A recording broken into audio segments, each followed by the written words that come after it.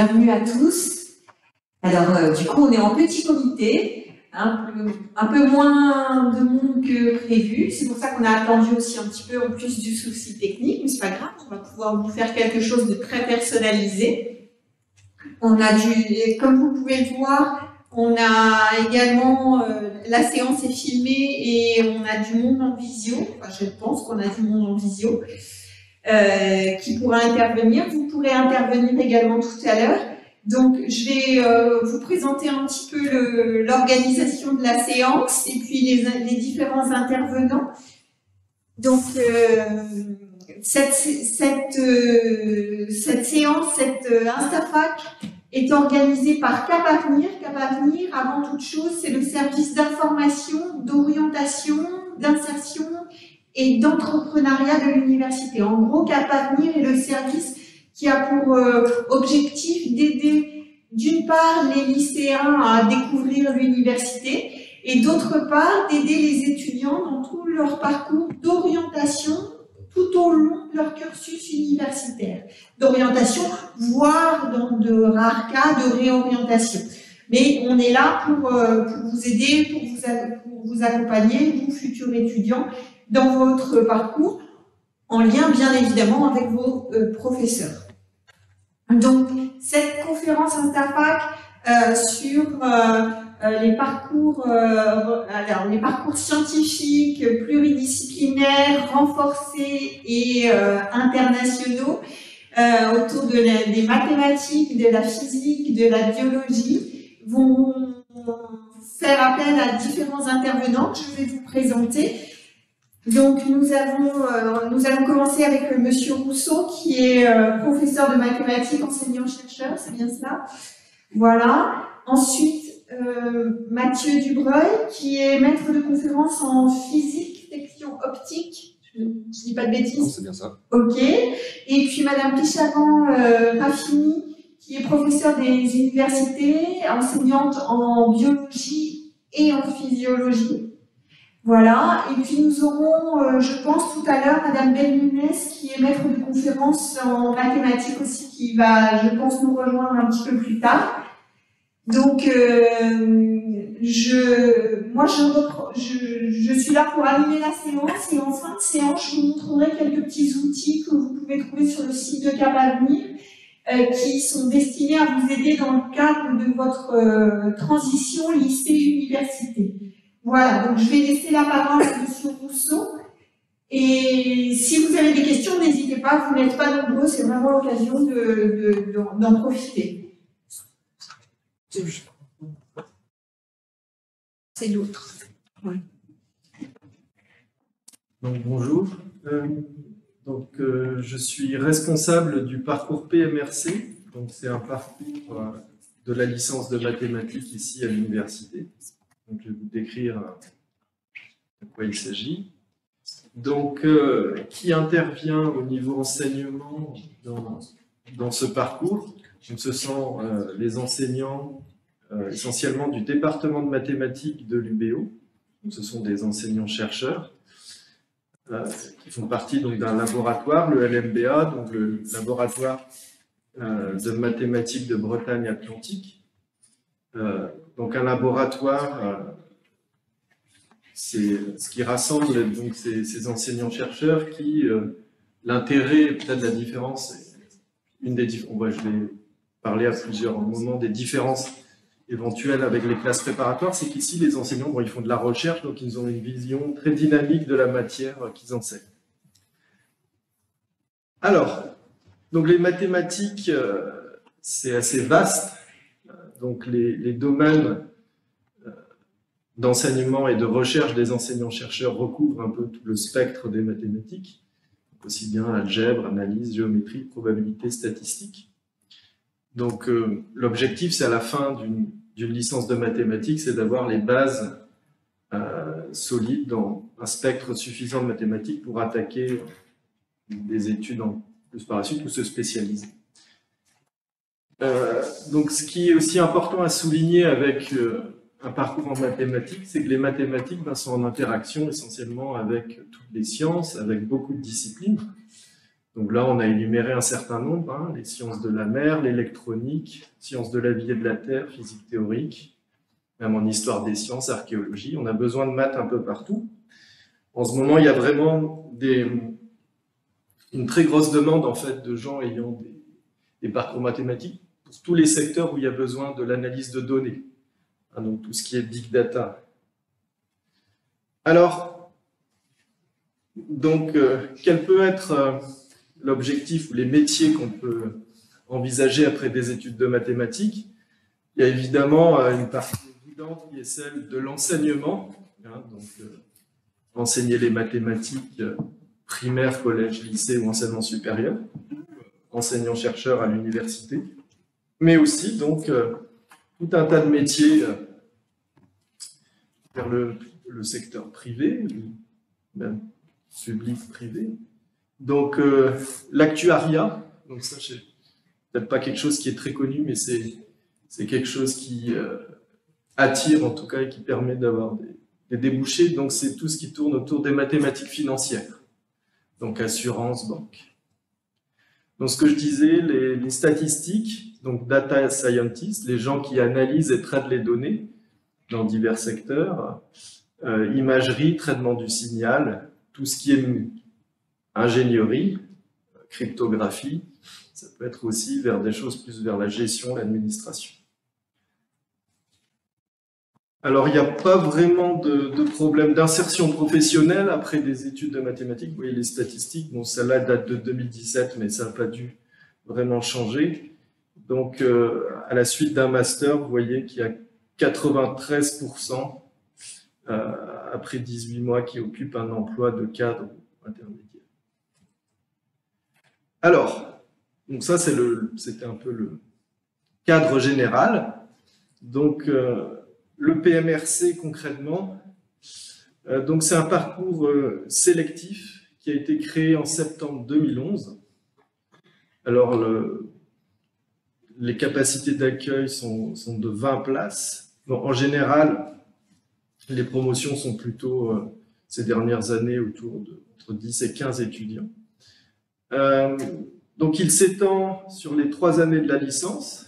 Donc, le schéma général, c'est que le PMRC s'appuie sur une licence classique de maths, donc qui sont soit la licence de maths classique ou MIH, c'est-à-dire mathématiques appliquées aux sciences humaines, donc avec une composante économique, et vient en complément de cette licence de base préparer les étudiants à la suite, donc en particulier préparer notamment tout ce qui est concours aux grandes écoles, mais également à des masters de haut niveau. Donc, il y a des passerelles entre la licence et le parcours PMRC. Donc, le PMRC, on peut l'intégrer en fait à tous les niveaux. Donc, c'est un parcours qui est sur Parcoursup, donc on peut s'inscrire dans ce parcours. Et si on est sélectionné, l'intégrer en fait dès le S1, donc dès le premier semestre de L1, mais on peut aussi en fait l'intégrer à chaque fin de semestre de son parcours de la licence de mathématiques. Donc en fin de S1, si on voit que ça marche bien et qu'on a envie de faire encore plus de choses, eh ben, on peut demander à intégrer le PMRC.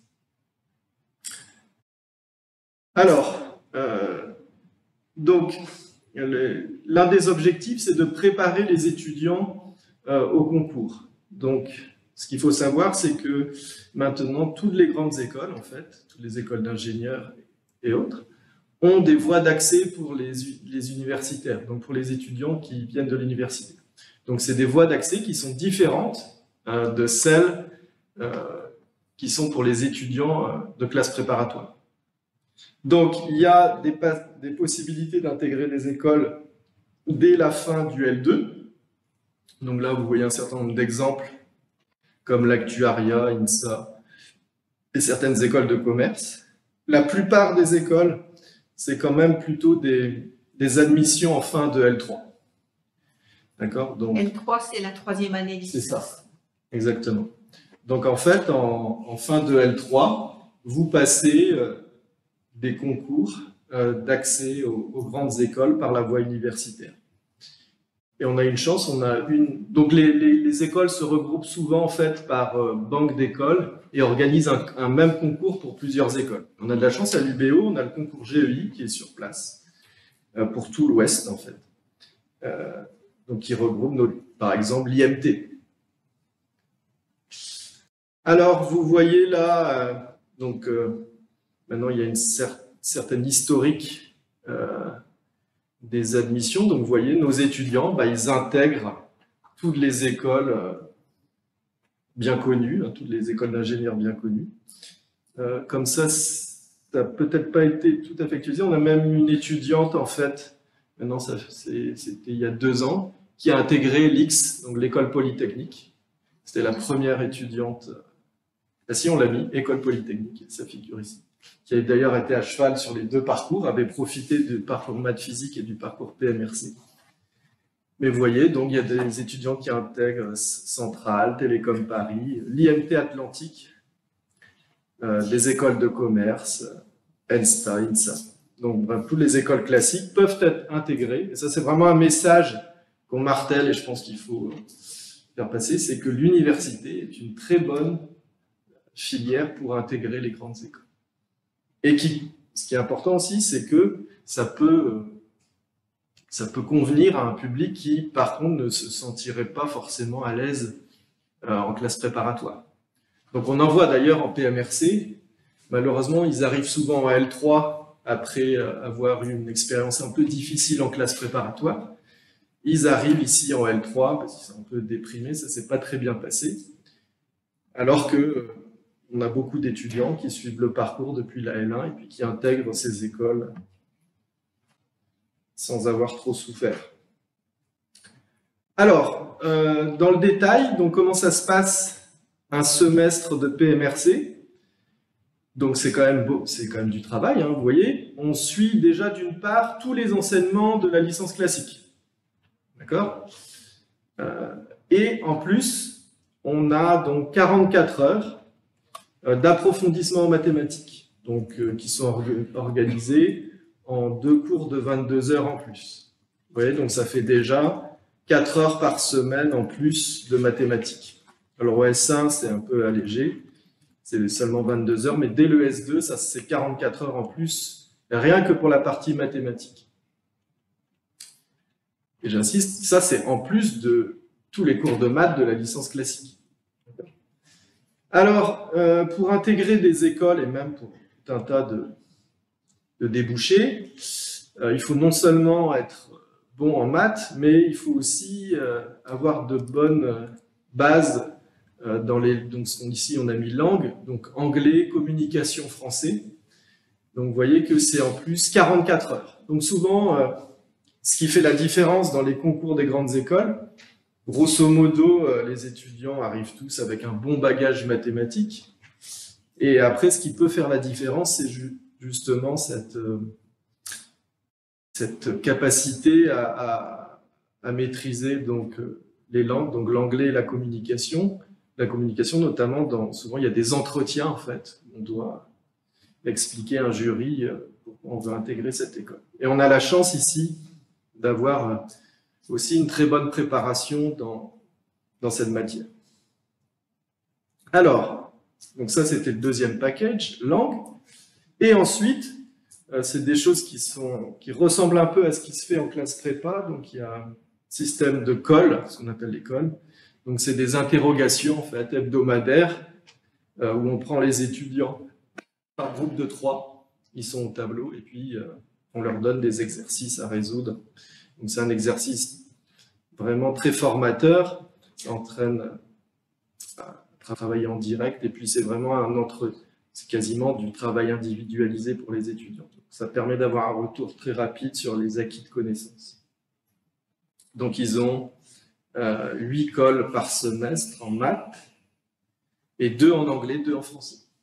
Et à tout cela se rajoutent les devoirs surveillés, donc 1 semaine sur 2, alternés avec la correction. Donc ils en ont 4 en maths, 1 en anglais, 1 en français. Pour les évaluations, c'est classique. Ça ne change pas de la licence classique, donc contrôle continu et un examen final. Voilà, donc vous voyez, typiquement, un emploi du temps PMRC est très chargé. Donc, il y a un exemple là où les journées sont bien remplies entre les enseignements classiques, PMRC, l'école, les devoirs. Il n'y a pas de quoi s'ennuyer. Donc là, c'était un maths PMRC et les étudiants MIACH PMRC. Voilà, donc là, je vous mets les listes des divers responsables qui sont amenés à intervenir.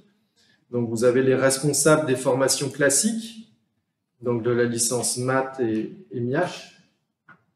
Donc moi pour le PMRC et puis Michel Ben-Younes qui effectivement devrait arriver, là elle avait cours, elle va arriver en cours de route, qui s'occupe des L1 PMRC. Et Frédéric Plantevin, qui est responsable du portail L1 MP. Maintenant ça doit être actualisé. Il manque un E. Voilà, donc un horizon du PMRC. Peut-être on passe de suite à des questions, oui. Si vous avez des questions sur ce parcours. N'hésitez pas si vous avez des questions qui vous viennent sur le parcours qui vient de vous être présenté. Peut-être avez-vous besoin d'éclaircissements sur la différence entre la licence classique de maths, et on n'en a pas parlé en fait, on ne l'a pas présenté, entre la licence classique de mathématiques et puis ce portail spécifique, donc vous avez dit il y a plus d'enseignements. Vous avez parlé de MIACH. On peut peut-être revenir un peu sur ces notions qui sont peut-être un peu nébuleuses quand on n'est pas dans le milieu universitaire. Donc quand on arrive à l'université, d'abord la première année, le premier semestre s'organise avec des portails qui permettent de réfléchir à ce vers quoi on veut s'orienter. Et si on décide de s'orienter dans une discipline, ensuite on intègre la licence de cette discipline. Donc la licence classique de mathématiques, donc licence de maths, c'est licence de maths fondamentale classique, et donc la licence MIACH, elle, c'est donc mathématiques et sciences sociales, donc avec une partie d'enseignement aussi en économie. Donc c'est à cheval sur déjà deux UFR. Et donc, voilà, donc le PMRC, c'est un parcours dans cette licence de mathématiques où on rajoute en fait aux enseignements de base. Donc quelqu'un peut très bien faire une licence classique de mathématiques et faire tous ces approfondissements. Donc ça vient en plus, et c'est vraiment destiné quand même aux étudiants, vous voyez, qui peuvent déjà, qui ont envie surtout de faire plus de maths que ce qui est proposé dans la licence classique donc, à la base, et aussi qui ont les capacités quand même d'absorber cette charge de travail. C'est un peu ce qu'il y aura de commun dans les 3 parcours sélectifs, c'est que ça demande quand même beaucoup de travail. Donc il faut être conscient qu'il faudra un certain effort pour y arriver. Oui. On n'a pas le fait que ce soit en fac plutôt qu'en dans un lycée, c'est vraiment pas bien la différence avec la. Voilà, donc ça c'est effectivement un point très important, c'est normal, c'est la question classique. Donc quelle est la différence avec une classe préparatoire? Donc là c'est vrai mais on est en train de développer ça. En général, le mieux, ça vient des témoignages des étudiants qui sont passés par chez nous. Donc, par exemple, on parlait de cette étudiante qui a intégré Polytechnique, donc l'une des meilleures écoles. Elle nous avait dit clairement, en fait, elle aurait pas, avec la façon qu'elle avait d'envisager sa vie d'étudiante, elle n'aurait pas pu avoir ce succès en passant par les classes préparatoires, parce que la philosophie est différente. Donc déjà, ici, on va préparer sur 3 ans, en fait, le concours, et pas sur 2 ans. Donc déjà, la charge de travail va être répartie quand même de manière un peu plus vivable, parce qu'elle a beaucoup compté pour elle, parce qu'elle a pu maintenir une activité. Elle faisait beaucoup de musique, de choses en dehors, sportives, et ça peut être aussi important pour les étudiants.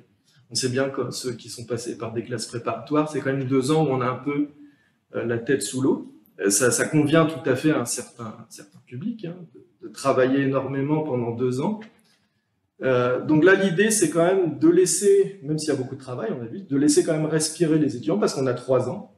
Et aussi, un point important, c'est qu'on essaye surtout de ne pas avoir du tout cet esprit de compétition. Donc, par exemple, ce qui illustre ça, c'est que l'école et les devoirs surveillés, pour nous, par exemple, c'est pas noté. D'accord ? On a un retour oral, quand même, les étudiants savent si c'est bien ou pas. Donc, il n'y a pas cette sanction qui peut être un peu... qui induit justement une forme de compétition en classe préparatoire, où il y a ce coup près de la note sur l'école et les devoirs. Nous, il n'y a que les examens et les contrôles continus qui sont notés. Le reste, c'est des retours pour faire progresser les étudiants. Mais donc, voilà, c'est la philosophie aussi, la manière dont est envisagé l'enseignement qui est très différente. Donc, même si structurellement, ça peut ressembler avec ces codes, ces devoirs, et le retour qu'on a, et nous, la manière dont on pratique, c'est justement d'essayer de faire quelque chose qui est très différent des classes préparatoires et qui convient à un public qui ne serait pas forcément très à l'aise dans ce système. Et on le voit d'ailleurs avec ces étudiants dont je parlais, qui viennent de classes préparatoires chez nous, qui ont un peu le moral à zéro, et on essaye de les rebooster, de les remotiver. Je peux apporter un petit élément de réponse. Aussi par rapport à la différence entre classes préparatoires, ce que vous avez présenté M. Rousseau, c'est un parcours où on fait quasiment que des maths. D'accord, alors qu'en classe préparatoire, on va choisir un parcours qui peut être MP, maths physique, PC, physique chimie, où là, il y a plusieurs matières qui pourraient être enseignées. Là, c'est quasiment, mis à part la première année et une partie de la deuxième année, il y a quand même très peu de physique dans ce parcours-là. Donc c'est essentiellement des maths. Donc il n'y a pas l'équivalent en classe préparatoire. J'ai envie de dire, le niveau de maths après le 3 PMRC va être supérieur à un étudiant qui a fait prépa, en tout cas en maths. Et par contre, il y aura un peu de physique. Oui, ça c'est un point important. Donc effectivement, ce parcours, il est vraiment centré autour des maths. Donc j'ai quand même dit ce point important de langue, mais effectivement, à partir de la L2, essentiellement sur des petites options, il n'y a pas de physique. Donc ça aussi, voilà, c'est un choix. Mais ce qu'on voit, et aussi avec le parcours des étudiants, donc déjà, c'est pas un handicap pour être admis dans les grandes écoles. Donc les concours les voies d'accès universitaires aux grandes écoles, ils savent très bien, ils voient un étudiant, il a fait une licence de maths, ils ne vont pas l'interroger trop sur la physique. Donc, ils adaptent leur concours et la manière dont ils interrogent les étudiants en fonction du parcours. Donc ça, c'est pas un problème. On constate que c'est pas un problème. C'est vrai que c'est une interrogation de certains de nos étudiants qui même intègrent des écoles d'ingénieurs ou ensuite ils font de la physique après. Donc le retour qu'on a, par exemple, de tous nos étudiants qui viennent à l'IMT, on a demandé aux collègues de l'IMT est-ce que ça crée des difficultés, le fait qu'ils n'aient pas fait de physique. Et en fait, en général, ce qu'ils nous disent, effectivement, quand ils arrivent, ils ont besoin de se remettre un peu à niveau en physique, mais comme c'est des étudiants très travailleurs, ça pose pas de problème. Et comme par ailleurs, ils ont un meilleur niveau, effectivement, souvent même que ceux qui viennent de classe prépa en maths, du coup, ils ont un peu moins besoin de travailler au début les maths, et voilà, ça s'équilibre, et après, ils font des parcours tout à fait normaux en école d'ingénieur.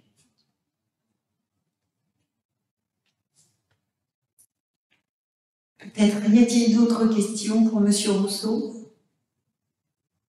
Alors, je vous propose qu'on passe à votre présentation, M. Dubreuil.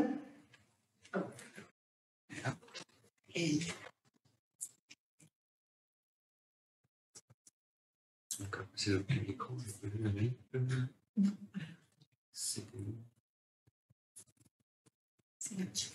Ah, celle-là, d'accord. Voilà, la présentation.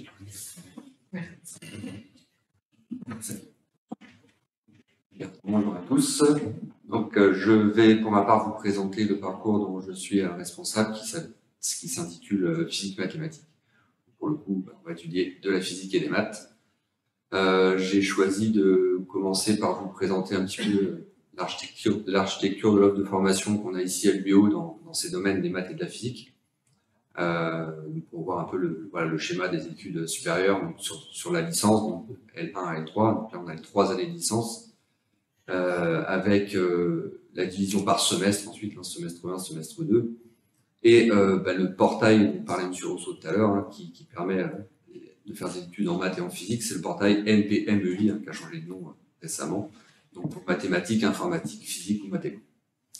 Donc, autrement dit, au semestre 1, on fait un petit peu toutes ces matières-là, et puis après, on va essayer de se spécialiser de manière un peu progressive. Et donc, choisir déjà une majeure et une dominante au semestre 2, hein, soit en maths, soit en physique, soit en physique et mathématiques. Et là, je ne l'ai pas représenté, le PMRC aussi, qui s'adosse à la majeure mathématique fondamentale. Voilà, et à la fin de la première année, eh bien, on peut poursuivre dans le parcours dans lequel on s'est engagé, ou même rebasculer vers un autre parcours. Le choix de la majeure du semestre 2 n'est pas définitif pour continuer en licence. Il faut savoir aussi qu'il y a pas mal de passerelles entre les parcours, hein, notamment entre la physique et les maths. Voilà, on peut rebasculer vers des parcours, et cela aussi même tout au long de la licence, hein. Donc, notamment le parcours physique-mathématique que je vous présente ici. À chaque semestre, il y a la possibilité de rebasculer vers les parcours classiques si jamais on est plus attiré finalement par une discipline que par l'autre, ou si on est en difficulté par rapport à la charge de travail qui est demandée. Donc l'objectif, hein, de ce parcours physique-mathématique, c'est d'obtenir une double mention. Alors ou pas, d'ailleurs certains étudiants décident d'aller dans ce parcours jusqu'en L2 et après de choisir de valider simplement une des deux licences. Mais ils peuvent également valider 2 licences, alors en 1 ou 2 ans, hein, certains aussi, vu la charge de travail, peuvent décider d'étaler la 3e année sur 2 ans, une année la physique, une année les maths. Voilà. Toujours est-il qu'il y a la possibilité d'obtenir 2 licences en 3 ans ou en 4 ans. Parce qu'en fait, il y a pas mal de matières en commune, notamment en première année, donc il n'y a pas besoin de faire 6 ans pour obtenir ces 2 licences. Donc je vais vous détailler un petit peu ça après. Alors déjà, je reprends les objectifs généraux de ce parcours-là. Donc c'est d'offrir une solide formation, alors plutôt théorique, dans l'ensemble des grands domaines de la physique et des maths. Hein. Pour le coup, il va y avoir 50% de physique, 50% de maths. Et on va retrouver tous les grands domaines qui sont enseignés au niveau licence partout en France. Hein. Il n'y a pas de spécificité brestoise, particulièrement sur les disciplines de physique et de maths qui sont enseignées au niveau licence. Donc permettre aux étudiants de valider 2 mentions de licence, hein, donc physique et mathématiques, en 3 ou 4 ans, dans le but d'avoir un choix de poursuite d'études le plus large possible. Donc, étant titulaire de 2 licences, on peut postuler à des masters de physique, des masters de maths, des masters aussi où la physique et les maths sont assez liés. Donc ça, c'est plutôt une bonne idée. Et puis aussi intégrer des écoles d'ingénieurs sur concours et ou dossiers.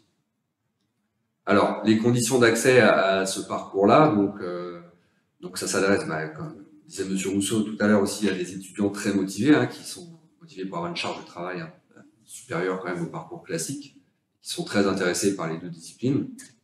Donc, à la différence du parcours PMRC, il n'y a pas de sélection sur Parcoursup. Ça, c'est un parcours qui s'intègre au semestre 2 de la première année. C'est-à-dire que le responsable du parcours étudie les dossiers des étudiants. Donc, les critères de sélection, c'est essentiellement les résultats de terminale de bac, mais aussi les résultats du premier semestre, ou en tout cas d'une partie du premier semestre de l'université, pour voir si les étudiants se sont bien intégrés à l'université. Voilà, donc ça, et puis ça concerne des promotions de 10-15 étudiants maximum. Comme je le disais tout à l'heure aussi, il y a la possibilité de réévaluer la situation des étudiants à chaque semestre, hein, pour voir s'ils sont à l'aise dans ce parcours-là, et sinon, possibilité de rebasculer dans un parcours monodisciplinaire. Alors, donc là, sans rentrer dans le détail des enseignements, je vous ai mis un petit peu les matières qui sont enseignées aux différents semestres, donc là, de la première année. Donc là, on revient sur le portail MPMEI, la première année, et voir un peu le volume horaire associé. Donc, au premier semestre, donc, les étudiants étudient, comme je disais, un peu toutes les disciplines, hein, physique, informatique, mathématiques, et ensuite décident de colorer leur parcours au semestre 2. Et pour vous montrer comment se dessine le parcours physique-mathématique, il faut d'abord regarder comment se dessinent les parcours physiques et mathématiques. C'est un schéma qui est à peu près équivalent. Hein. Si on choisit la majeure physique, on va faire finalement 2 enseignements de physique, 1 d'informatique et 1 de maths. Si on choisit la majeure mathématique, on va faire 2 enseignements de mathématiques, 1 d'informatique et 1 de physique. Et si on choisit la majeure physique mathématique, on a tout le package, hein. 2 de physique, 2 de maths et 1 d'informatique. Voilà comment ça se présente. C'est l'équivalent du coup d'un enseignement de 55 heures de plus sur le semestre, c'est-à-dire 3 à 4 heures de plus par semaine pour les étudiants. Voilà, donc là, on arrive à la fin de la première année et on peut décider de poursuivre du coup, en deuxième année dans ce parcours-là. Et là, pareil, hein, j'ai choisi d'adopter la même stratégie pour vous présenter ça. Regardez indépendamment les parcours physiques et parcours mathématiques, parce que c'est vrai que je ne l'ai pas encore dit, mais il n'y a pas d'enseignement spécifique au parcours physique-mathématique. Hein, ça s'appuie sur les parcours physiques d'un côté et sur les parcours mathématiques de l'autre. Hein. On va être en cours de physique avec les étudiants qui suivent le parcours physique pur. On va être en cours de maths avec les étudiants qui suivent le parcours maths pur. Et on ne va pas faire le double des enseignements parce que ça ne rentrerait pas dans la semaine. Donc on est obligé de faire des choix, de garder les matières, on va dire, essentielles ou qui ne sont pas redondantes. Donc, si on regarde par exemple un parcours physique, il est construit de cette manière-là. On va avoir 3 unités d'enseignement de physique et une de maths par semestre. Voilà. Alors en mathématiques, on va avoir quasiment que des maths. Si ce n'est une option où on peut faire de la physique, hein, mécanique quantique et relativité, voilà, c'est de la physique, mais c'est majoritairement que des maths. Et dans le parcours physique-mathématique, eh bien c'est 50-50. Et donc finalement, il y a des enseignements du parcours physique qui ne sont pas enseignés dans le parcours physique-mathématique. Et il y a des enseignements de mathématiques qui ne sont pas enseignés dans le parcours physique-mathématique. Et on va se retrouver avec pareil, hein, un enseignement de 55 heures de plus par semestre, hein, donc toujours ces 2-3 heures, 3-4 heures plutôt de plus par semaine pour les étudiants par rapport à un parcours classique.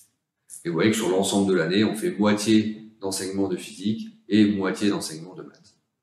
Voilà. Donc là, je ne rentre pas dans le détail, hein, mais on étudie, comme je disais tout à l'heure, les grands domaines de la physique, les grands domaines des mathématiques, hein, donc de l'analyse, de l'algèbre, de l'électromagnétisme, de la mécanique, des ondes, etc. Tout ce qui fait un programme de licence. Voilà, donc ça c'est pour la deuxième année. Et pour la troisième, alors non, oui, l'emploi du temps. Ouais, pour vous donner un ordre de grandeur du nombre d'heures par semaine, c'est en moyenne 28 heures par semaine de cours en présentiel. Voilà, dans ce parcours. Donc c'est un peu plus qu'un parcours classique qui est plutôt aux alentours de 25 heures en moyenne par semaine. Donc ça reste relativement chargé, mais c'est vrai qu'à l'université, il y a un temps important qui doit être dédié au travail personnel aussi. Il faut laisser ce temps-là. Et en troisième année, alors là j'ai réduit un peu les blocs hein, pour que ça rentre sur la page parce qu'il y a encore plus d'enseignements. Là on passe à de 55 heures de plus par semestre. Hein, d'accord? Donc là ça charge encore plus les semaines.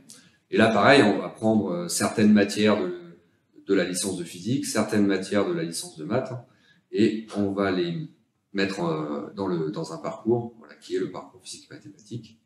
Donc là ça commence à être assez chargé. Toujours pareil, vu qu'on ne peut pas mettre le double, eh bien, il y a certains enseignements qui ne sont pas au programme de ce parcours physique-mathématique. Voilà la logique de construction de ce parcours-là. Ce qu'on pourra peut-être remarquer par rapport au parcours PMRC, par exemple, c'est qu'il n'y a pas d'heures spécifiques réservées, par exemple, à l'école, où il n'y a pas d'heures supplémentaires en anglais ou en communication. D'accord ? Parce que la vocation de ce parcours-là, même si elle permet d'intégrer des écoles, n'est pas de préparer spécifiquement au concours d'école d'ingénieur.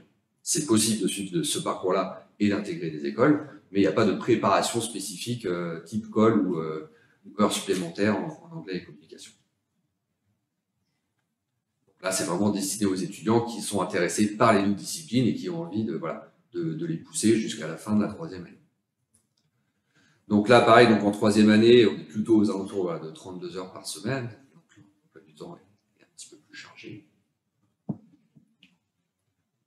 Donc voilà, pour faire le bilan, donc ce parcours, par rapport au parcours classique, donc il y a un enseignement supplémentaire par semestre de plus sur les 3 premiers semestres de ce parcours-là, c'est-à-dire le deuxième semestre de la première année et l'ensemble de la deuxième année. Il y a 2 enseignements supplémentaires de plus par semestre en troisième année.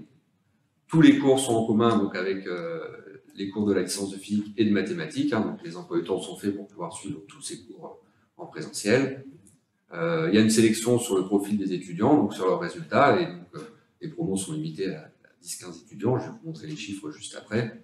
Et il y a un suivi individuel qui est réalisé par le responsable du parcours pour faire voilà, un bilan régulier pour savoir si les étudiants sont à l'aise dans ce parcours ou pas. Si ce n'est pas le cas, il y a toujours la possibilité de rebasculer vers les parcours classiques.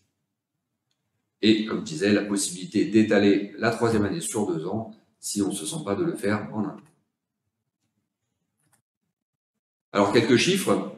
Alors, c'est un parcours plus récent qui existe que depuis 2018. Donc, avec le nombre d'étudiants en alors, depuis 2018 sur le parcours jusqu'en L2 et depuis 2022 sur la 3e année de ce parcours-là. Donc, ça concerne un nombre relativement réduit d'étudiants, avec quelques fluctuations. Ça peut aller de 3 jusqu'à 15, et puis cette année, là, ils sont 11 par exemple. L'année prochaine, vu les étudiants qui sont inscrits en S2, on est plutôt aux alentours de 14, donc ça va être dans ces eaux-là, avec des pourcentages de réussite qui sont globalement bons parce que les étudiants sont aussi sélectionnés. Et en termes de poursuite d'études après la 2e année de ce parcours-là, eh bien, vous voyez que c'est assez varié. Certains décident de faire une licence de maths pure, d'abandonner la physique, d'autres de faire une licence de physique pure et d'abandonner les maths, d'autres de faire les 2 licences en 2 ans, d'autres de faire les 2 licences en 1 an, et certains se sont également réorientés. Et j'ai pas mis les étudiants qui ont intégré des écoles d'ingénieurs, je vais vous montrer ça juste après, parce que j'ai fait une liste du coup, des masters qui ont été intégrés après la double licence et les écoles d'ingénieurs. Alors j'ai un peu triché, parce que effectivement l'école polytechnique, donc l'étudiante avait fait la 2e année du parcours physique-maths et la 3e année du parcours PMRC. Voilà, elle était un peu à cheval entre les deux parcours. Et voilà typiquement les écoles qui ont été intégrées par les étudiants qui ont suivi tout partie de ce parcours depuis quelques années. Et en termes de master, vous voyez que c'est aussi assez varié. Alors, beaucoup de masters de physique, même si on peut noter qu'il y a des étudiants qui sont orientés vers l'agrégation de maths. Et puis, aux 4 coins de la France, finalement, parce que en master, on cherche à se spécialiser, donc on va trouver une spécialité qui n'est pas forcément présente à Brest. Donc, on va choisir la ville qui nous convient le mieux par rapport aux spécialités également. Donc voilà, à titre d'information, les poursuites d'études récentes. Alors après, les métiers visés, ça reste, j'ai envie de dire, commun à toute licence. Essentiellement, voilà, recherche et développement, recherche publique ou privée, enseignant-chercheur. Et l'intérêt après une double licence, c'est qu'on peut viser des domaines, des secteurs d'activité dans le domaine des maths et de la physique, ce qui permet d'avoir ce choix de poursuite d'études plus important. Finalement, de se spécialiser vraiment dans 2 domaines, ce qui peut être vraiment une force. La physique et les maths sont quand même 2 disciplines qui ont des connexions assez importantes. Si vous êtes intéressé pour pousser ces 2 disciplines, vraiment, c'est un parcours qui peut vous intéresser. Voilà, j'en ai fini pour cette présentation. Si vous avez quelques questions, n'hésitez pas. Oui. Ça change quoi de faire la L3 en 2 ans? Alors, ça change que le volume horaire par semaine est moins important. D'accord? Donc, il y a moins de travail par semaine. Et les modalités de validation de l'année, du coup, sont moins difficiles, j'ai envie de dire. Parce que quand on est dans le double parcours, on doit valider beaucoup d'enseignements. Alors que quand on est dans un parcours unique, on va dire, avec une discipline, on doit valider moins d'enseignements. Donc, a priori, c'est moins difficile. Donc, si on ne se sent pas d'avoir cette contrainte de valider beaucoup d'enseignements la même année et d'avoir des semaines très chargées, eh bien, on peut se dire, je vais faire, par exemple, 1 an de licence 3 de mathématiques, on la valide. L'année d'après, 1 an de licence 3 de physique, on la valide. Et après, on aura quand même toujours accès au master, soit de maths, soit de physique, soit l'intégré des écoles.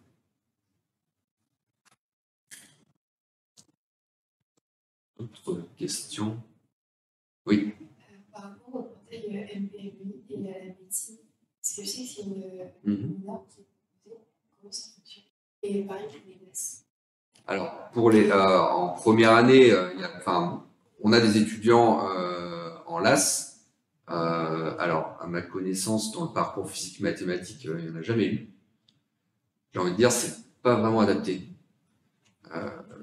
Parce que, là, c'est quand même besoin d'avoir un bon dossier. Donc, il faut vraiment, je pense, cibler une discipline où on est sûr qu'on va réussir.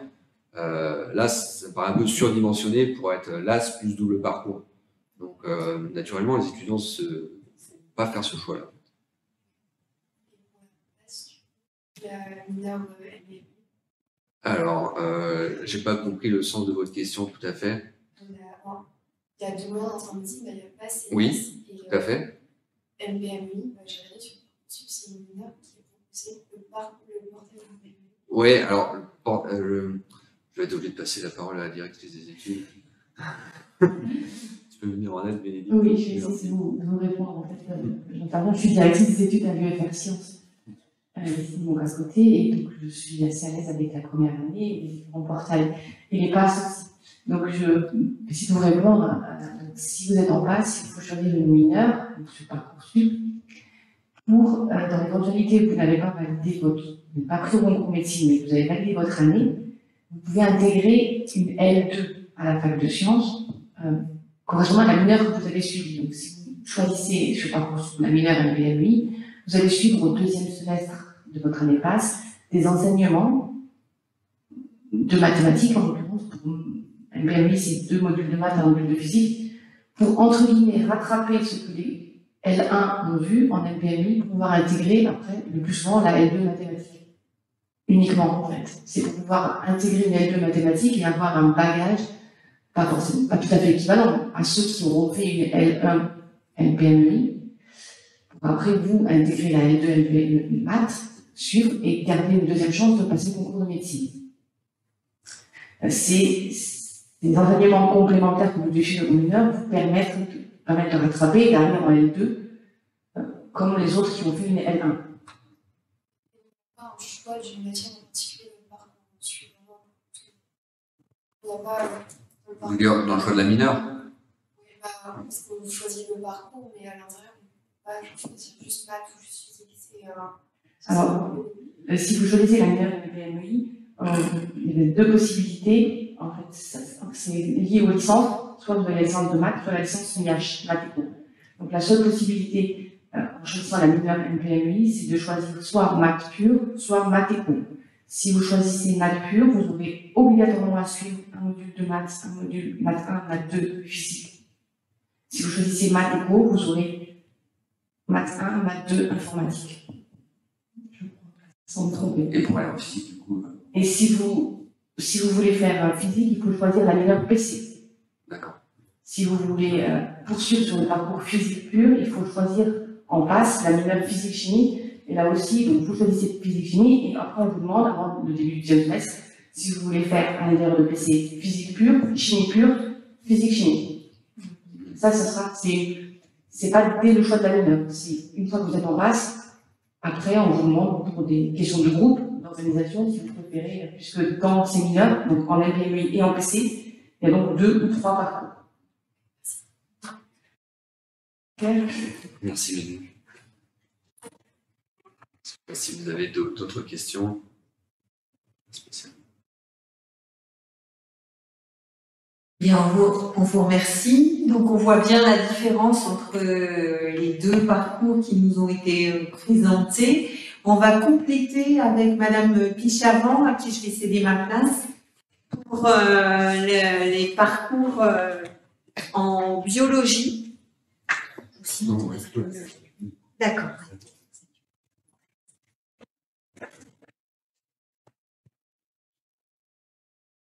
Je vais quand même le présenter, et même si je suppose que vous êtes peut-être plutôt là pour les maths et la physique, est-ce qu'il y en a qui sont potentiellement venus pour le parcours pluridisciplinaire de biologie?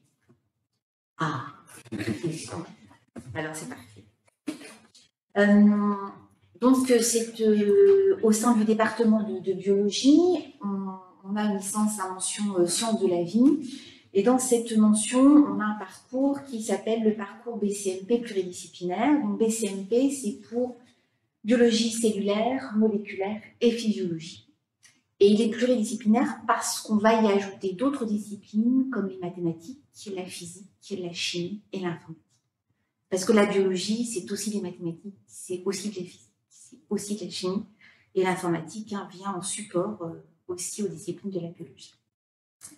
C'est un parcours, donc ce qu'il faut bien comprendre sur ce parcours, c'est que c'est un parcours qui est adossé à la licence biologie cellulaire, moléculaire et physiologie. Donc les étudiants vont avoir une licence de biologie avec, en plus, des domaines connexes que sont les maths, la physique, la chimie et l'informatique. Donc, ce sont des étudiants, c'est-à-dire des étudiants qui veulent se former avec ce profil pluridisciplinaire en sciences, hein, soit pour leur projet professionnel dont on parlera tout à l'heure, hein, soit parce qu'ils sont intéressés par des matières autres hein, autour de la biologie. Et le but du jeu, c'est de former des personnes qui soient multicompétentes hein, dans les domaines justement scientifiques, avec une dominante de biologie. Les objectifs de ce parcours, c'est de proposer donc une solide formation initiale en biologie. Donc, ce sont des étudiants qui auront une licence de biologie et en particulier en biologie cellulaire, moléculaire, génétique et physiologie. Donc, on va laisser de côté hein, toute la partie biologie animale, biologie végétale, environnement, écologie. De compléter sa formation par de la physique, de la chimie, des mathématiques et de l'informatique qui sont appliquées à la biologie. Donc, c'est la physique pour les biologistes, de la chimie pour les biologistes et des mathématiques aussi pour les biologistes et de l'informatique pour les biologistes. Ça permettra aux étudiants de se spécialiser soit dans l'une des disciplines enseignées plus tard, hein, soit d'évoluer à l'interface entre justement la biologie et puis ces autres domaines. C'est un parcours qui est un parcours sélectif. On le verra, c'est un parcours dans lequel les étudiants vont avoir plus de travail que le parcours classique de BCMP. Donc ça se fait sur candidature et sélection. Et pour l'instant, il n'y a pas d'entrée Parcoursup. La sélection, elle se fait à partir du semestre 2 de la première année.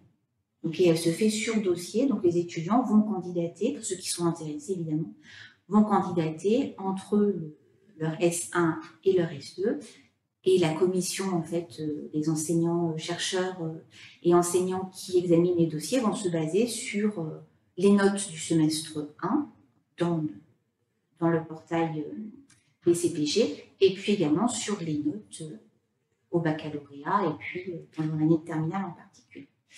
L'entrée, elle peut se faire également, donc elle peut se faire aussi, on réouvre les candidatures hein, en L2, donc pour des étudiants qui n'avaient pas choisi hein, ce parcours-là en L1, on fait une sélection également en L2 pour des étudiants qui viennent de l'extérieur, par exemple des étudiants de passe, et ou pour les étudiants de L1 qui ont décidé de changer d'avis, avec une priorité pour ceux évidemment qui l'ont pris au S2 de L1.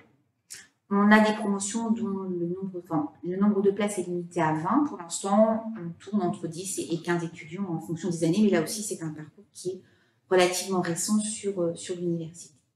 Donc ça s'adresse de toute façon à des étudiants qui ont un bon dossier académique au niveau résultat académique, parce que justement, c'est un parcours qui demande un travail supplémentaire. Il demande un travail supplémentaire, et puis il demande un travail supplémentaire parce que à chaque semestre, à partir en L1, on en parlera tout à l'heure, il y a une lieu de différenciation. Et les choses difficiles commencent à partir de la deuxième année, puisqu'il y aura les enseignements de la majeure biologie. Donc, on va garder une grande partie des enseignements de la licence biologie cellulaire, moléculaire et physiologie. On a fait des choix, parce qu'on ne peut pas tout faire, mais on garde une grande partie de ces enseignements. Et puis, on vient ajouter des enseignements pluridisciplinaires dans les différents domaines. Et on a choisi, en fait, alors, on n'est pas non plus, c'est pas une prépa concours. C'est-à-dire qu'on n'est pas en mode prépa concours, mais par contre, en mathématiques, en physique, en chimie, en particulier, les programmes qui sont enseignés sont des programmes qui couvrent globalement les concours B, dont on parlera ensuite, qui sont des concours accessibles aux étudiants de licence dans certaines écoles ou écoles vétérinaires. Et en plus, on ajoute de l'informatique avec un petit peu de programmation et de la modélisation justement des phénomènes biologiques grâce aux outils mathématiques. À ces enseignements viennent s'ajouter des enseignements transversaux dans lesquels on va retrouver de la communication, de l'anglais, avec un anglais renforcé, puisqu'une partie de l'anglais est commun avec le parcours PMRC qui vous a été présenté précédemment, et puis également connaissance de l'entreprise. Si on regarde tout ça, au final, alors en première année, c'est important, je ne voulais pas présenter là parce que c'est un portail qui est commun à l'ensemble des étudiants. On n'a plus de... Vous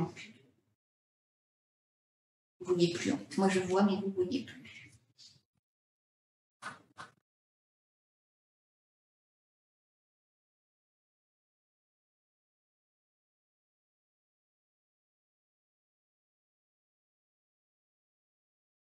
Là, il y a un petit câble. Ça.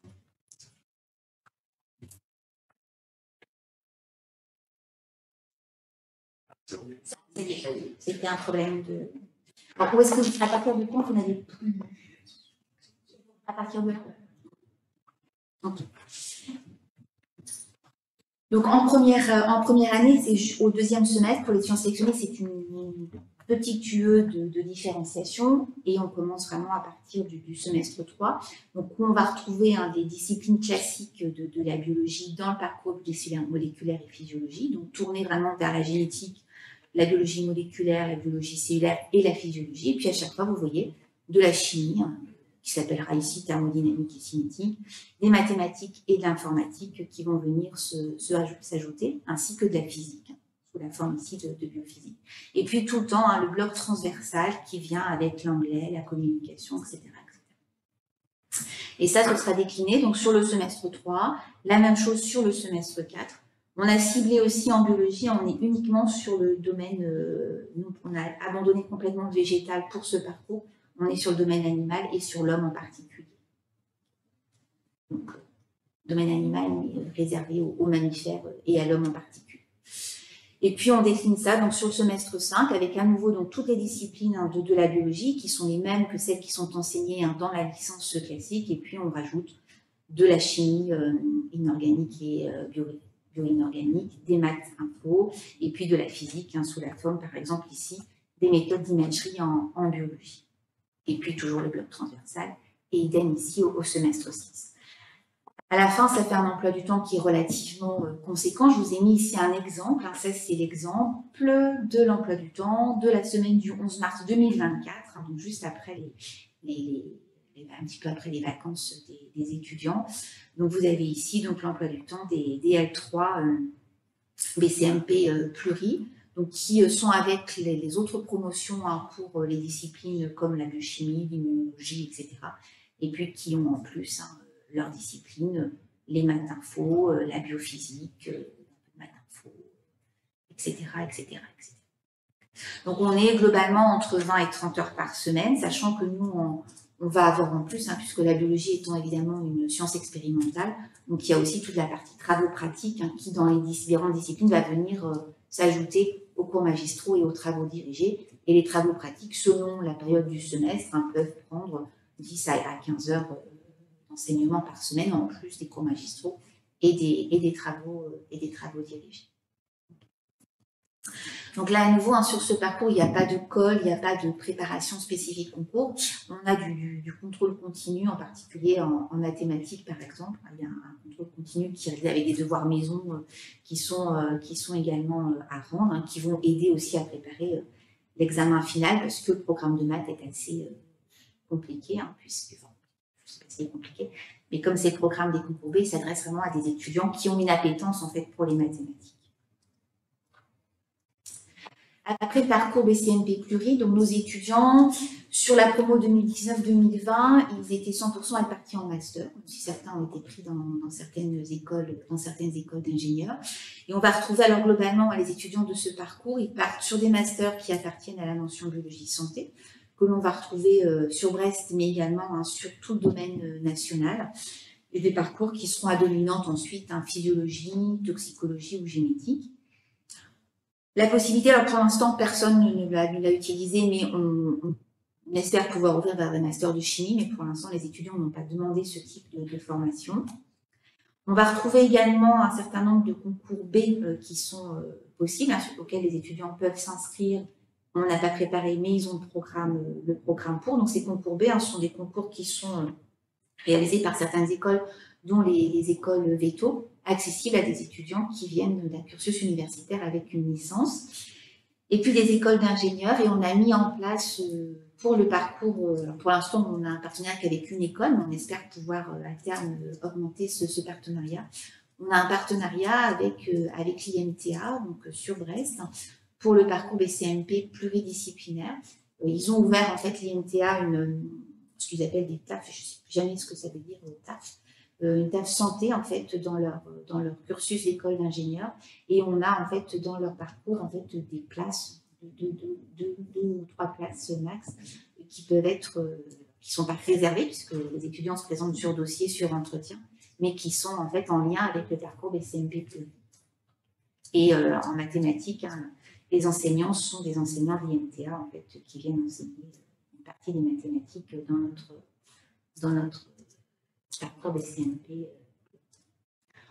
On a un bon taux de réussite sur ce parcours, aussi parce que les étudiants sont sélectionnés, donc forcément, on a des étudiants qui sont des étudiants qui ont de bons résultats académiques. Et comme pour tous les parcours, il y a des passerelles possibles, c'est-à-dire que si on s'intègre dans ce parcours pluridisciplinaire et qu'on se rend compte que ça ne correspond pas à ce qu'on souhaite, ça ne correspond pas à son projet professionnel, il y a toujours moyen de revenir également vers la licence BCMP, puisque ce parcours est appuyé dessus.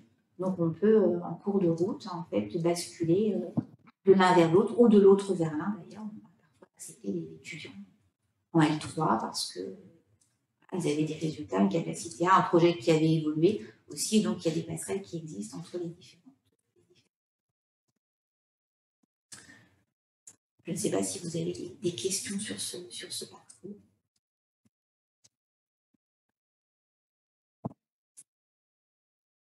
Pas de questions, notamment pour les personnes qui étaient intéressées par ce parcours spécifique. Donc, on a eu une vue d'ensemble. Il y a le parcours informatique qui ne vous a pas été présenté, mais sinon on a une vue assez globale de ces parcours spécifiques, scientifiques et spécifiques. Je vous présente Madame Benminez, dont je vous ai parlé tout à l'heure, qui est enseignant-chercheur, maître de conférence en mathématiques. Et donc, vous voulez peut-être rajouter un mot? Alors, c'est pas facile. Ouais, je pense que tu as tout expliqué parfaitement. Non, plutôt il y a des questions. Voilà. Voilà. Donc, par rapport aux différents parcours qui vous ont été présentés, peut-être avez-vous des questions, des interrogations, des questionnements spécifiques? Moi, j'ai quelques questions, notamment peut-être, tout à l'heure, vous avez parlé d'un accompagnement particulier ou comment se passe l'accompagnement spécifique dont vous parliez auprès des étudiants, comment ça se passe? Il n'y a pas de tutorat, j'imagine, sur ces parcours spécifiques, mais comment ça se passe? Quand je parlais d'accompagnement tout à l'heure, c'est plutôt dans le suivi pour voir si tout se passe bien, si il n'y a pas de difficulté majeure dans tel ou tel enseignement. C'est pas un soutien disciplinaire, je veux dire.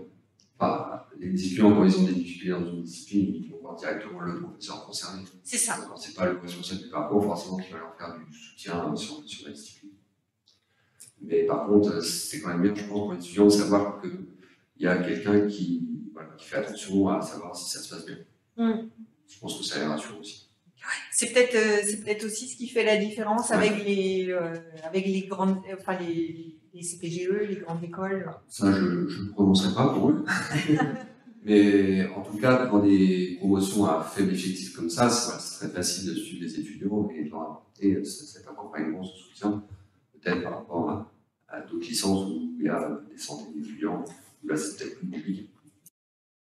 D'accord. En biologie, les effectifs sont, en BCMP pluri, les effectifs sont de quel ordre? Maximum 20, et pour l'instant, ils sont des concours de 10 à 15. D'accord. Donc, un petit peu comme ça. Oui, il y a. C'est un peu les mêmes qui sont de 10 à 15. Et comme disait M. Dubreuil, quand ce sont des petites promotions, ça permet effectivement d'accompagner les étudiants. Alors, de la même façon, il n'y a pas d'accompagnement spécifique dans la discipline, mais c'est plus un suivi des étudiants. Puis si on voit aussi au moment des résultats qu'il y a quelque chose, que les résultats ne sont pas très bons, qu'il y a un problème, à ce moment-là, on le voit avec l'étudiant pour réorienter, pour adapter. Et les enseignants sont accessibles et responsables de parcours aussi, en fait, justement pour les questions, pour un soutien plus. Et notamment sur la poursuite d'études, la poursuite d'études, les dossiers. Donc, il y a des entretiens, il y a un suivi là-dessus qui est. Moi, je peux ajouter juste que nous aussi, on a des faibles effectifs, donc on fait des entretiens individuels une fois par semestre, donc 2 fois par an, sur chaque année. On voit comme ça nous permet de voir s'il y a des difficultés, etc. Discuter encore plus en L3, mais du projet professionnel. Voilà, ce sont des étudiants qui ils savent qu'ils peuvent venir voir les responsables, comme pour vous, il y a un problème. Donc, et c'est vrai qu'il y a quelque chose aussi qu'on essaye de faire, c'est de mettre vraiment l'accent aussi sur l'orientation. Et quelque chose qui plaît beaucoup aux étudiants, c'est qu'on fait revenir les anciens étudiants qui viennent présenter leurs écoles. Et ça a beaucoup de succès. Et ça, c'est aussi une différence qu'on peut voir avec les classes prépa que je constate. C'est que nos étudiants, sur les 3 ans, avec toutes ces actions qu'on fait, ils ont beaucoup plus le temps de mûrir leur orientation. Alors que je constate pour les étudiants qui, des fois, arrivent chez nous de classe prépa, certains, ils ont réussi au niveau des études et puis ils ont intégré une école qui ne leur plaît pas. Et donc, c'est assez triste des fois de voir qu'ils quittent leur école et ils reviennent chez nous à la fac pour se réorienter, pour trouver une école qui leur plaît. Alors que nous, à ma connaissance, je n'ai jamais vu ça. En fait, les étudiants sont toujours... Non, parce qu'ils cherchent leur projet, ils vont voir les écoles, on leur dit d'aller voir les sites des écoles, voir les spécialités, les spécialisations, etc. Donc, ils se dirigent vraiment, en principe, vers l'école ou le master, ça dépend, parce que certains ne veulent pas continuer à l'école, ce qui leur correspond le plus. Voilà, et c'est vrai qu'on fait pas. Cette année, on a eu beaucoup de présentations, 7 ou 8, je crois, je dirais bien ça. Plus une, pour les étudiants aussi qui veulent, non pas des écoles, mais des masters, il va y avoir une présentation à la rentrée de l'ENS Rennes et du magistère de Rennes par, justement, un ancien étudiant. Donc, ils viennent présenter leur... Et ça aussi, ça crée du lien. D'accord. On l'a vu, vous avez insisté sur l'importance d'avoir de beaucoup travailler et en même temps que la méthode de travail était un petit peu différente que dans les grandes écoles. Néanmoins, est-ce que en début de parcours, on apprend à travailler? C'est-à-dire, on a un petit peu de méthodologie de travail ou parce qu'on voit bien, c'est nécessaire de se mettre au travail, mais est-ce qu'il y a une grande différence, par exemple, avec la manière de travailler au lycée? Alors, la différence par rapport au lycée, oui, il y a une différence. Il n'y a pas de cours à proprement parler de méthodologie de travail. Cela dit, voilà, ça s'apprend au fur et à mesure, j'ai l'impression. Les collègues contrediront peut-être. J'ai l'impression que dans les parcours sélectifs, on sélectionne des étudiants qui sont motivés. Ça fait la grosse partie du travail, j'ai envie de dire. Parce que des étudiants motivés qui aiment leur discipline, eh bien, ils s'organisent. Ils ont l'autonomie. Et ils y arrivent. Et quand on parle d'école, là, il y a deux différences par rapport au lycée aussi. Les écoles d'ingénieurs qui recrutent des étudiants par la voie universitaire, c'est parce qu'elles recherchent ce profil d'étudiants qui ont réussi à s'organiser tout seuls, parce qu'on ne leur apprend pas à travailler, on propose des meilleures conditions pour être performant dans leur discipline, on leur donne des conseils, il n'y a pas de cours de méthodologie de travail, donc ça veut dire qu'ils ont réussi tout seuls à faire ce job, à être autonomes, à être curieux, et puis c'est ce profil-là que les écoles recherchent. Ah, c'est sûr. Et les écoles d'ingé, il y a de plus en plus de place, elles recherchent, elles diversifient de plus en plus leur profil par rapport à ce qui pouvait se faire il y a quelques années. D'ailleurs, le retour qu'on a là, quand on a parlé avec des collègues de l'IMT, mais ils nous disaient même ouvertement qu'ils préféraient ce public. Certains enseignants nous disaient que justement, ils voyaient la différence entre l'étudiant de classe prépa qui avait beaucoup travaillé, qui était content d'avoir intégré l'école.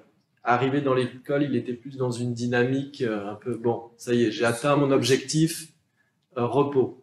Alors que l'étudiant qui arrivait d'université, il était toujours dans une dynamique de progrès, en fait. Et ça, ils apprécient beaucoup. Maintenant, après, ces parcours-là restent des parcours de licence aussi, de l'université, donc avec des contrôles continus plus réguliers. la transition avec le lycée, on y réfléchit aussi, d'accord. Même dans ces parcours sélectifs, c'est présent quand même. Ouais, parce qu'on a quand même de plus en plus de contrôle continu aussi, dans toutes les disciplines. Donc souvent, tout ce qui va être travaux pratiques en particulier, où il va y avoir un compte rendu à rendre, un petit examen sur table, un examen en travaux dirigés. Il y a l'examen en milieu de semestre pour les uns, et puis à la fin de chaque semestre. Mais en plus de ça, il y a beaucoup de notes qui viennent en plus des exposés, enfin, selon les disciplines là aussi. Mais il est très rare d'avoir juste l'examen final qui est la seule note. Et il y a souvent un compte rendu à chaque TP, il y a 3, 4, 5 TP, ça fait 3, 4 rapports à rendre, 3, 4 trucs à travailler, des petites interrogations en fonction. Les étudiants ne sont pas laissés comme ça tout seuls. Par contre, il faut s'organiser, motiver, il faut travailler comme. La différence par rapport au lycée, c'est que même si le contrôle continu, il y a quand même un poids important sur les épreuves terminales de fin de semestre qui nécessite d'avoir fait un travail régulier pour ne pas avoir à tout réviser quelques mois avant. C'est peut-être ça la plus grosse difficulté, on va dire, en intégrant l'université. Oui, et puis la liberté, parce que si on ne travaille pas régulièrement, on ne travaille pas régulièrement. Voilà. Personne n'est là pour vous dire qu'il faut travailler régulièrement. La sanction, elle sera à l'examen. Donc il faut se prendre en main, en fait. En PMRC, c'est encore un peu plus transitoire parce que nous, on a la chance d'avoir des enseignements spécifiques. Donc, avec ces cols et ces devoirs surveillés et ces enseignements de maths PMRC, où ils sont juste la promo de PMRC, donc à 10. Donc, on a un suivi hebdomadaire, en fait. Donc, un étudiant qui décroche, nous, on le repère très vite, en fait. Donc, globalement, on ne laisse pas dériver les choses très longtemps et ça se règle avant la fin du semestre. Est-ce qu'on a des questions sur le chat?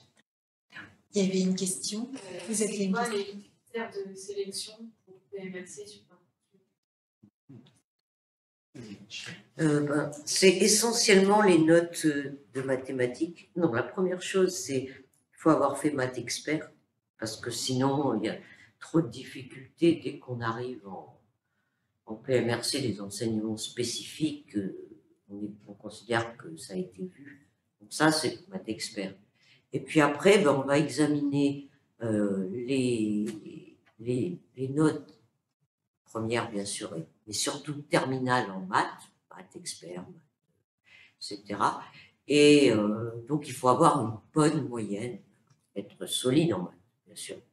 Et après, on regarde les appréciations générales pour savoir si, globalement, même s'il n'est pas très bon, je suppose, en français ou en anglais, comme on a déjà vu, mais si on a des appréciations positives sur l'élève, le travail sérieux, etc., ça ne va pas jouer, ça va pas entrer en ligne de compte. Il faut que l'étudiant puisse suivre. Donc, il faut qu'il soit bien en maths. Et la lettre de motivation, c'est un facteur important? Non. Les dossiers qui sont sélectionnés sont lus complètement. Donc on lit tout, y compris la lettre de motivation, mais non, parce que, je ne sais pas, mon avis c'est que demander à un élève de terminale de savoir faire une lettre de motivation, c'est un peu beaucoup.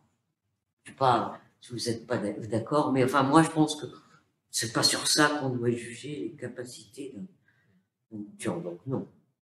Bon, il ne faut pas faire trop de fautes d'orthographe non plus, hein. Faut se relire, mais voilà, c'est tout, non. Michel, peut-être juste pour oui. Pour être sûr que tout le monde ait bien compris ce que j'appelle bonne moyenne, il faut peut-être que tu donnes un chiffre, je pense. D'accord. Alors, je dirais 14. Voilà. Tu as raison. Précis dans la vie. Voilà.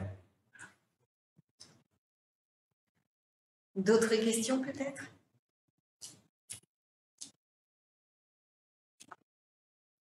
Eh bien, s'il n'y a pas d'autres questions, il me reste à vous remercier.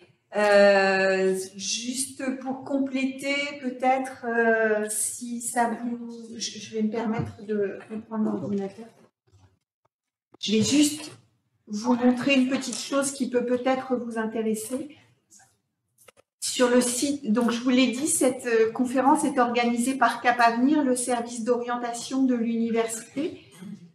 Et sur le site de Cap Avenir, vous trouvez un certain nombre de ressources.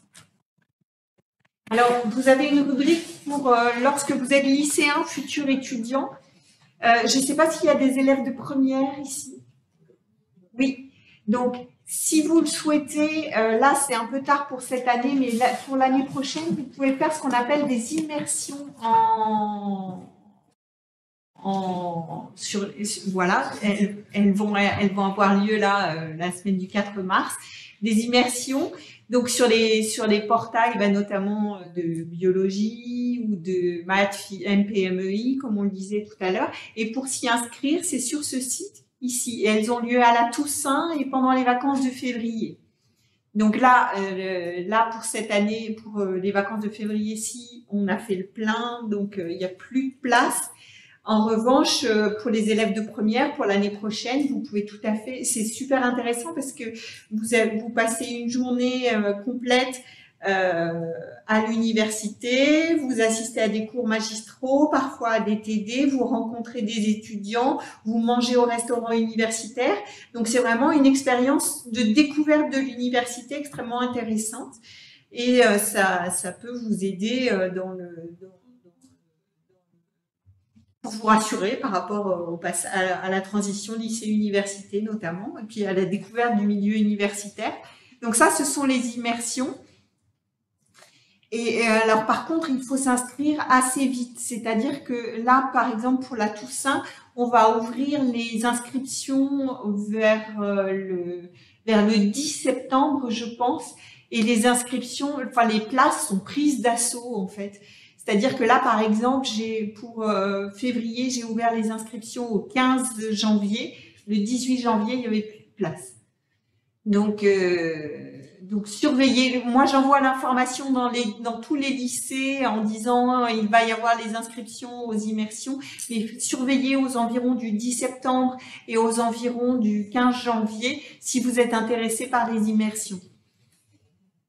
Vous retrouvez également, alors je vais passer assez vite, mais il y a des choses quand même que je peux vous montrer. Vous avez une rubrique ici qui s'appelle « Devenir des diplômés » et qui vient compléter ce qui vous a été dit là par les enseignants, c'est-à-dire que chaque université doit faire des enquêtes pour savoir ce que deviennent les étudiants de l'université. Et ces enquêtes, donc c'est pour savoir qu'est-ce qu'ils ont fait comme master, par exemple, après leurs études. Donc ça vous a été présenté.